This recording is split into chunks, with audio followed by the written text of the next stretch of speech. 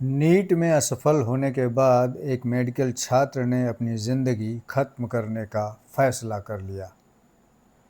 कहानी एक ऐसे छात्र की है जिसने हार के अंधेरे से उम्मीद की रोशनी तक का सफ़र तय किया।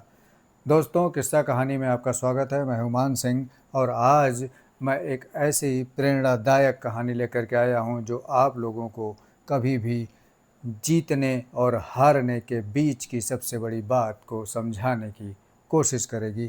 तो आइए, मैं बिना ज़्यादा टाइम लिए स्टार्ट करता हूं। बस आपसे एक रिक्वेस्ट है, अगर आप चैनल पर नए हो तो प्लीज़ सब्सक्राइब कर लीजिए और बेल आइकॉन ज़रूर दबा देना, उससे मेरी आने वाली कहानियों का नोटिफिकेशन आपको मिल जाएगा।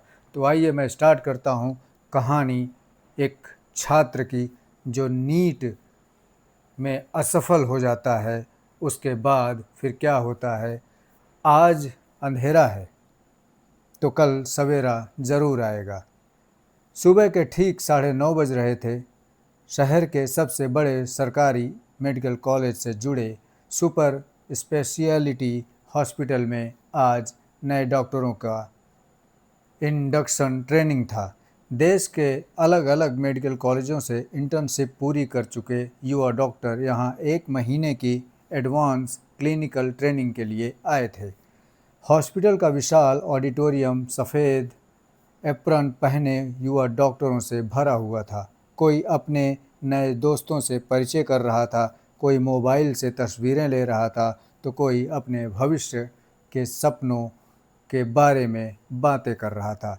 इसी भीड़ के बीच हल्के नीले रंग का सूट पहने एक लड़की धीरे धीरे अंदर आती है और उसके चेहरे पर आत्मविश्वास था, लेकिन आंखों में हमेशा की तरह एक गहरी शांति भी थी। उसका नाम था डॉक्टर सुप्रिया मिश्रा। वो सीट ढूंढी रही थी कि अचानक उसकी नज़र ऑडिटोरियम के दूसरे कोने में खड़े एक युवक पर पड़ी। सफ़ेद एप्रन, गले में स्टेथोस्कोप, हाथ में फाइल और चेहरे पर वही मासूम मुस्कान। सुप्रिया कुछ पल के लिए बिल्कुल स्थिर हो गई। उसने ध्यान से देखा। नहीं, क्या ये वही हो सकता है? दिल की धड़कन थोड़ी तेज हो गई। वो चाह कर भी अपनी नज़रें उस युवक से हटा नहीं पा रही थी, लेकिन अगले ही पल उसने खुद को संभाल लिया। नहीं सुप्रिया, हो सकता है कोई और हो। वो चुपचाप दूसरी तरफ जाकर बैठ गई। उसने कोशिश की कि उस युवक की तरफ दोबारा ना देखे, लेकिन कभी कभी किस्मत इंसान को वहीं ले जाती है जहाँ से उसकी कहानी बदलती है। कुछ देर बाद ट्रेनिंग कोऑर्डिनेटर ने सभी छात्रों के नाम पुकारने शुरू किए। तभी उसने एक नाम पुकारा, डॉक्टर रवि शर्मा। भीड़ में वही युवक खड़ा हुआ। सुप्रिया का दिल जैसे एक पल के लिए रुक गया। रवि? अब उसे यकीन हो गया था, ये वही रवि है। बात है 3 साल पहले की। प्रयागराज की एक कोचिंग क्लास में पढ़ने वाला वही लड़का जिसकी आंखों में डॉक्टर बनने का सपना था और जो एक दिन उस सपने के टूट जाने के कारण अपनी ज़िंदगी भी खत्म करने को जा रहा था। सुप्रिया की आंखों के सामने 3 साल पुरानी तस्वीरें घूमने लगी। क्लास खत्म हुई, सभी छात्र बाहर निकलने लगे। सुप्रिया ने कई बार सोचा, क्या उससे बात करूं? क्या उसे मेरी याद भी होगी? वो कुछ कदम आगे बढ़ाती, फिर रुक जाती। तभी अचानक उसने देखा कि रवि उसी क्लासरूम की तरफ आ रहा है जहां उसे अगला सेशन अटेंड करना था। अब वो खुद को रोक नहीं पाई और रवि के सामने जाकर खड़ी हो गई। रवि अपने बैग में कुछ ढूंढ रहा था। सुप्रिया ने हल्की मुस्कान के साथ कहा, एक्सक्यूज़ मी। रवि ने सिर उठाया। दोनों की नज़रें मिली। कुछ सेकंड तक दोनों एक दूसरे को देखते रहे। फिर सुप्रिया ने पूछा, क्या तुम रवि हो ना? रवि ने ध्यान से उसका चेहरा देखा। पहले तो वो कुछ समझ नहीं पाया, लेकिन अगले ही पल उसके चेहरे पर हैरानी और खुशी एक साथ नजर आई। हाँ, मैं रवि हूँ। फिर मुस्कुराते हुए बोला, और तुम सुप्रिया हो ना? सुप्रिया हंस पड़ी।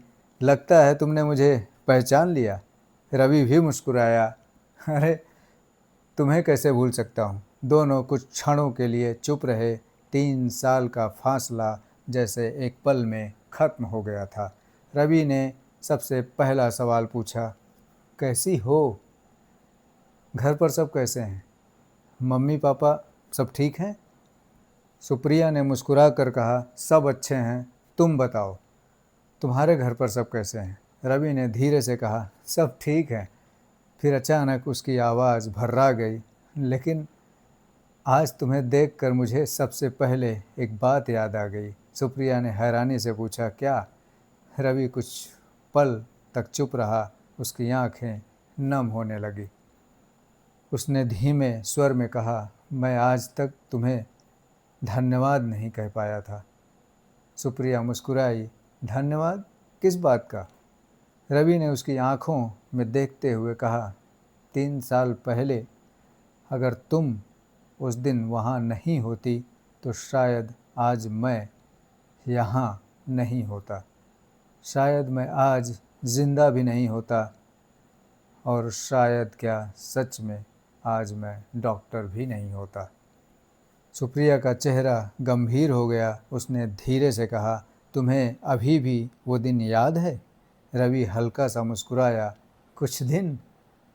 इंसान पूरी ज़िंदगी नहीं भूल सकता। 3 साल पहले प्रयागराज, सावन का महीना था। प्रयागराज की गलियां सुबह सुबह छात्रों की भीड़ से भरी रहती थी। देश के हर कोने से आए छात्रों, हजारों छात्रों सिर्फ एक सपना लेकर आए थे और वहाँ रहते थे कि डॉक्टर बनना है। उसी शहर के एक प्रसिद्ध नीट कोचिंग संस्थान में 2 छात्र पढ़ते थे। एक था रवि शर्मा, दूसरी थी सुप्रिया मिश्रा। दोनों अलग अलग बैच में थे, लेकिन लाइब्रेरी, टेस्ट सीरीज, कैंटीन और सेल्फ स्टडी हॉल में अक्सर आमना सामना हो जाता था। कभी नोट्स मांगने पर 2 मिनट की बात हो जाती, कभी टेस्ट के बाद एक दूसरे से नंबर पूछ लेते। बस इतनी ही पहचान थी। दोस्ती भी नहीं, लेकिन अजनबी भी नहीं।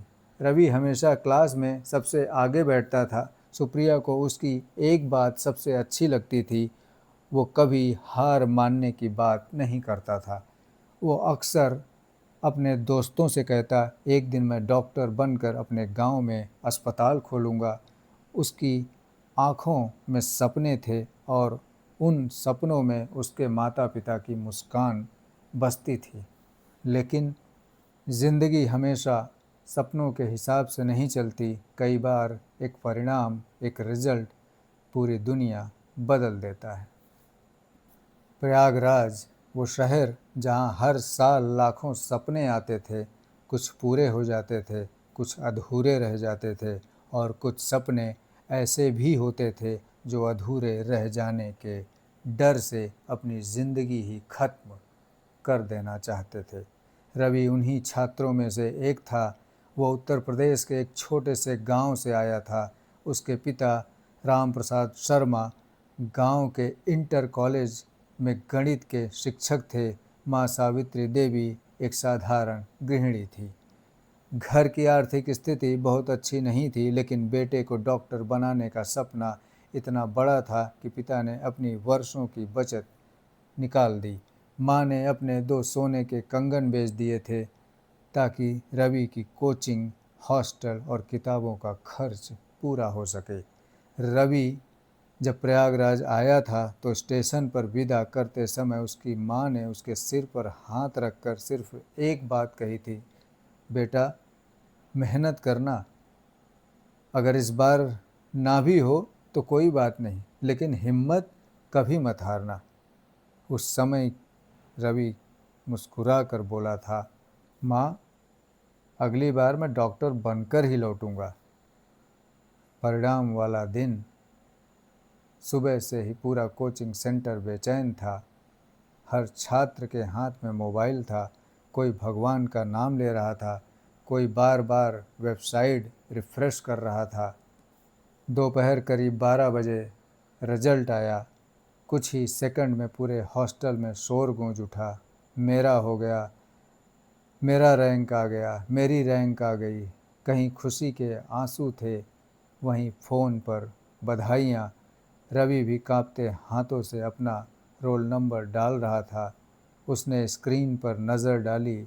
कुछ सेकंड तक उसे समझ में नहीं आया। फिर उसकी आंखें एक शब्द पर टिक गई, नॉट क्वालिफाइड। मोबाइल उसके हाथ से लगभग छूट गया। उसे ऐसा लगा जैसे किसी ने उसके सीने पर भारी पत्थर रख दिया हो। आसपास जश्न मनाते छात्र की आवाज़ अब उसे सुनाई नहीं दे रही थी। उसे सिर्फ अपने पिता का चेहरा दिखाई दे रहा था, जो गांव में हर किसी से कहते थे, मेरा बेटा डॉक्टर बनेगा। उसे अपनी माँ की याद आई, जिन्होंने अपने गहने बेच दिए थे। रवि की आँखों से आंसू बह निकले। शाम तक उसने किसी का फ़ोन नहीं उठाया। पिता के 5 मिस कॉल, माँ के 3, दोस्तों के कई मैसेजेस। रिजल्ट कैसा रहा? लेकिन रवि किसी का सामना करने की हिम्मत नहीं जुटा पाया। उसने मोबाइल बंद कर दिया, कमरे में बैठा रहा। बार बार वही सवाल उसके मन में उठ रहा था, अब घर कैसे जाऊंगा? सबको क्या जवाब दूंगा? क्या मुंह दिखाऊंगा? धीरे धीरे उसका मन हारने लगा, और जब मन हार जाता है तो इंसान दुनिया से पहले खुद से हार जाता है। शाम के लगभग 7 बजे थे। आसमान पर हल्के बादल थे। रवि धीरे धीरे सीढ़ियाँ चढ़कर हॉस्टल की छत पर पहुँचा। नीचे शहर की रोशनियाँ जलने लगी थी। दूर मंदिर की घंटियाँ सुनाई दे रही थी, लेकिन उसके भीतर एक अजीब सन्नाटा था। वो मुंडेर के पास जाकर खड़ा हो गया। उसकी आंखों में आंसू थे, होठ काँप रहे थे। वो बुदबुदाया, माफ़ कर देना माँ, मैं आपका सपना पूरा नहीं कर पाया। उसने नीचे झांका। करीब 5 मंजिल की ऊंचाई, एक छलांग और सब खत्म। उसने एक कदम आगे बढ़ाया। उसी समय उधर से साइकिल पर सुप्रिया अपनी लाइब्रेरी से लौट रही थी। अचानक उसकी नज़र हॉस्टल की छत पर गई। उसे लगा कोई लड़का मुंडेर पर खड़ा है। पहले उसने ध्यान नहीं दिया, लेकिन अगले ही पल उसने चेहरा पहचाना। रवि! उसके पैरों तले ज़मीन खिसक गई। उसने तुरंत साइकिल सड़क के किनारे फेंकी और दौड़ते हुए हॉस्टल के गेट पर पहुंची। गार्ड साहब, जल्दी चलिए, ऊपर एक लड़का, वो कूदने वाला है। गार्ड पहले तो घबरा गए, फिर 2 और कर्मचारियों को बुलाकर सीढ़ियों की तरफ दौड़ पड़े, लेकिन सुप्रिया उनके पीछे नहीं, आगे दौड़ रही थी। उसके मन में सिर्फ एक बात थी, जब तक मैं उससे बात करती रहूँगी, वो कूदेगा नहीं। छत पर रवि अब भी मुंडेर पर खड़ा था। उसकी पीठ सीढ़ियों की तरफ थी। उसे किसी के आने की आहट भी नहीं हुई। सुप्रिया ने दूर से ही बहुत शांत आवाज़ में कहा, रवि। रवि ने धीरे धीरे पीछे मुड़कर देखा। वो चौंक गया। तुम? सुप्रिया ने मुस्कुराने की कोशिश की। इतनी जल्दी हार मान गए?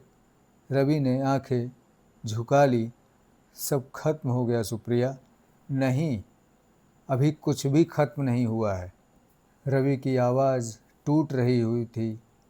मैं फेल हो गया। घर वालों का सामना कैसे करूं? मैंने सबको निराश कर दिया। सुप्रिया एक एक कदम उसकी तरफ बढ़ा रही थी, लेकिन इतनी धीरे कि रवि को लगे ही नहीं। वो बोली, तुम्हारे पापा ने तुम्हें डॉक्टर बनने के लिए भेजा था या जिंदा रहने के लिए? रवि चुप रहा। तुम्हारी माँ ने गहने बेचे थे ताकि उनका बेटा जिंदा रहे, या इसलिए कि एक रिजल्ट आने पर वो खुद को ख़त्म कर दे? रवि की आंखों से आंसू लगातार बह रहे थे। सुप्रिया ने फिर कहा, रवि, आज तुम एक परीक्षा में हारे हो, जिंदगी में नहीं। अगर आज तुमने छलांग लगा दी तो तुम्हारे माँ बाप हर दिन मरेंगे, लेकिन अगर आज तुम नीचे उतर आए तो हो सकता है अगले साल तुम वही रिजल्ट लेकर घर जाओ जिसका सपना तुमने देखा है। रवि रोते हुए बोला, अगर फिर भी नहीं हुआ तो? सुप्रिया मुस्कुराई, तो फिर कोशिश करना, और अगर तीसरी बार भी नहीं हुआ तो चौथी बार करना। लेकिन उसने दृढ़ आवाज़ में कहा, हार मानने का फैसला तुम्हें कभी नहीं करना है। इसी बीच गार्ड और कर्मचारी धीरे धीरे रवि के बिल्कुल पीछे पहुंच चुके थे। सुप्रिया लगातार उससे बात करती रही ताकि उसका ध्यान उसी पर रहे।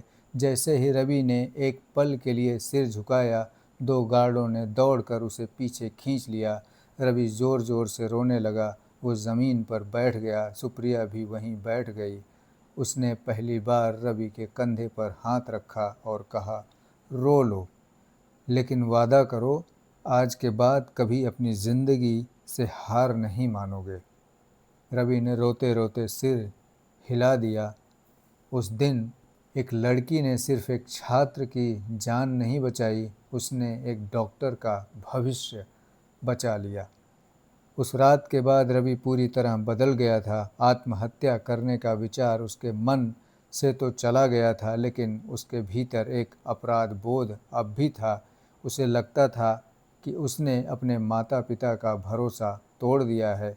अगली सुबह उसने सबसे पहले अपना मोबाइल चालू किया। मोबाइल ऑन होते ही कई मिस्ड कॉल और दर्जनों मैसेजेस थे। सबसे ऊपर माँ का मैसेज था, बेटा रिजल्ट कैसा भी हो, बस एक बार बात कर लेना, हम तुम्हारे साथ हैं। रवि की आंखों में आंसू भरे थे। उसने कांपते हाथों से माँ का नंबर मिलाया। उधर से जैसे ही माँ की आवाज़ आई, हेलो बेटा, रवि कुछ बोल ही नहीं पाया। वो सिर्फ रोता रहा। माँ ने घबरा कर पूछा, क्या हुआ बेटा? रवि टूटती हुई आवाज़ में बोला, माँ, मैं डॉक्टर नहीं बन पाया। कुछ पल के लिए उधर भी खामोशी छा गई। फिर माँ ने वही बात कही जो रवि कभी नहीं भूल पाया, बेटा, डॉक्टर बनना ज़रूरी नहीं है, लेकिन मेरा बेटा ज़िंदा और हिम्मत वाला रहे, ये सबसे ज़रूरी है। उसी समय पिता ने भी फ़ोन हाथ में लिया और शांत स्वर में कहा, रवि, असफलता इंसान की पहचान नहीं होती। पहचान ये होती है कि वो गिर कर कितनी बार उठता है। अगर तुम्हें लगता है कि तुम में अभी भी सपना ज़िंदा है तो एक बार और कोशिश करो। उस दिन रवि ने पहली बार महसूस किया कि उसे सबसे ज़्यादा डर अपने माता पिता से नहीं, बल्कि अपनी कल्पनाओं से था। उस शाम रवि ने अपनी सारी पुरानी टेस्ट कॉपियाँ मेज़ पर रखी। एक एक करके अपनी गलतियाँ ढूंढने लगा। जहाँ पहले वो घंटों निराश बैठा रहता था, अब वहीं घंटों पढ़ाई करता। सुबह 5 बजे उठता, 10-10 घंटे की पढ़ाई, हर रविवार मॉक टेस्ट और हर गलत उत्तर को दोबारा समझना। जब भी वो थक जाता, उसे हॉस्टल की वही छत याद आती। उसे सुप्रिया की आवाज़ सुनाई देती, आज अंधेरा है लेकिन कल सवेरा ज़रूर आएगा। वो फिर किताब खोल देता। समय बीतता गया। 1 साल बाद फिर वही दिन आया, नीट का रिजल्ट। इस बार भी उसके हाथ कांप रहे थे। उसने रोल नंबर डाला, स्क्रीन खुली। कुछ सेकंड तक वो देखता ही रह गया। फिर अचानक उसकी आंखों से आंसू निकल पड़े, लेकिन इस बार ये आंसू हार के नहीं, जीत के थे। स्क्रीन पर लिखा था, क्वालिफाइड। उसने सबसे पहले माँ को फ़ोन किया। उधर से आवाज़ आई, बेटा। रवि मुस्कुराते हुए बोला, माँ, इस बार आपका बेटा डॉक्टर बनने जा रहा है। फ़ोन के दूसरी तरफ से सिर्फ रोने की आवाज़ आ रही थी। आज 3 साल बाद वही रवि एक युवा डॉक्टर है, सफ़ेद एप्रन पहने, कॉन्फिडेंस से भरा, अपने जीवन के नए अध्याय की शुरुआत करने हॉस्पिटल पहुंचा था। लेकिन किस्मत ने उसे सुप्रिया से मिलाया, जिसने 3 साल पहले उसकी जान बचाई थी। आज उसी ट्रेनिंग बैच में उसके सामने खड़ी थी। रवि कुछ पल तक उसे देखता रहा, फिर धीरे धीरे उसके सामने आया। उसकी आंखें नम थी, पूरी क्लास उसे देख रही थी। रवि ने बिना किसी झिझक के बोला, सुप्रिया, आज मैं तुम्हें सिर्फ धन्यवाद कहने आया हूँ। सुप्रिया मुस्कुराई, इतनी सी बात? रवि ने सिर हिलाया, नहीं, ये सिर्फ धन्यवाद नहीं है, ये उस इंसान का आभार है जिसने मुझे मेरी ज़िंदगी वापस दी। पूरा हॉल शांत हो गया। रवि आगे बोला, अगर उस दिन तुम सड़क से गुजरते हुए ऊपर न देखती, अगर तुम गार्ड को न बुलाती, अगर तुम मुझ में वो कॉन्फिडेंस न जगाती और बातें करके मेरा ध्यान न भटकाती, तो शायद आज मैं इस दुनिया में नहीं होता। उसकी आवाज़ भर्रा गई, आज मैं डॉक्टर हूँ क्योंकि उस दिन किसी ने मेरी हार नहीं देखी, मेरी उम्मीद देखी थी। सुप्रिया की आंखें भी नम हो गई। उसने धीमे स्वर में कहा, रवि, उस दिन मैंने सिर्फ एक इंसान की मदद की थी, लेकिन आज तुम्हें देखकर लगता है कि उस दिन लिया गया एक छोटा सा फैसला कितनी ज़िंदगियां बदल सकता है। उसने पूरे हॉल की तरफ देखा। अगर यहाँ बैठा कोई भी छात्र कभी खुद को अकेला महसूस करे, अगर कभी लगे कि अब कुछ नहीं बचा, तो एक बात हमेशा याद रखना, मदद मांगना कमज़ोरी नहीं होती। अपने माता पिता से बात करो, अपने दोस्त से बात करो, अपने टीचर से बात करो, लेकिन अपनी ज़िंदगी से हार मत मानो। पूरा हॉल बिल्कुल शांत था। रवि ने आखिरी बार सुप्रिया की तरफ देखा, फिर मुस्कुराते हुए कहा, मैं आज हर छात्र, हर स्टूडेंट से सिर्फ एक बात कहना चाहता हूँ, अगर आज अंधेरा है तो यकीन मानिए कल सवेरा ज़रूर आएगा। पूरा ऑडिटोरियम तालियों की गड़गड़ाहट से गूंज उठा और तब तक प्रोफेसर्स भी आ गए थे। उन्होंने भी बातें सुनी और तालियां बजाई।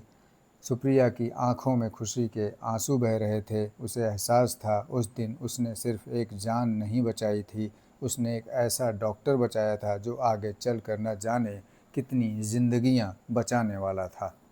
मोरल ऑफ स्टोरी ये है, एक एग्ज़ाम का रिज़ल्ट आपकी पूरी ज़िंदगी का परिणाम नहीं होता। असफलता स्थायी नहीं होती, लेकिन एक पल की निराशा अगर गलत फैसला बन जाए तो वो हमेशा के लिए सब कुछ छीन सकती है। जब भी जीवन में अंधेरा लगे तो रिमेंबर, रात चाहे कितनी भी लंबी हो, सुबह ज़रूर होती है।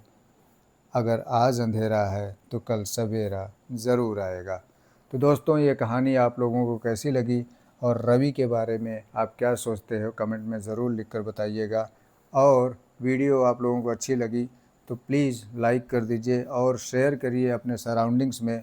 जो भी आज कल तैयारी कर रहे हैं जो बच्चे, उनको ज़रूर शेयर करिए, उनको मोटिवेशन मिलेगा और कॉन्फिडेंस आएगा आगे के लिए। तो मिलते हैं अगली कहानी में एक नई कहानी के साथ। तब तक अपना ख्याल रखिए, अपनों का ख्याल रखिए। धन्यवाद।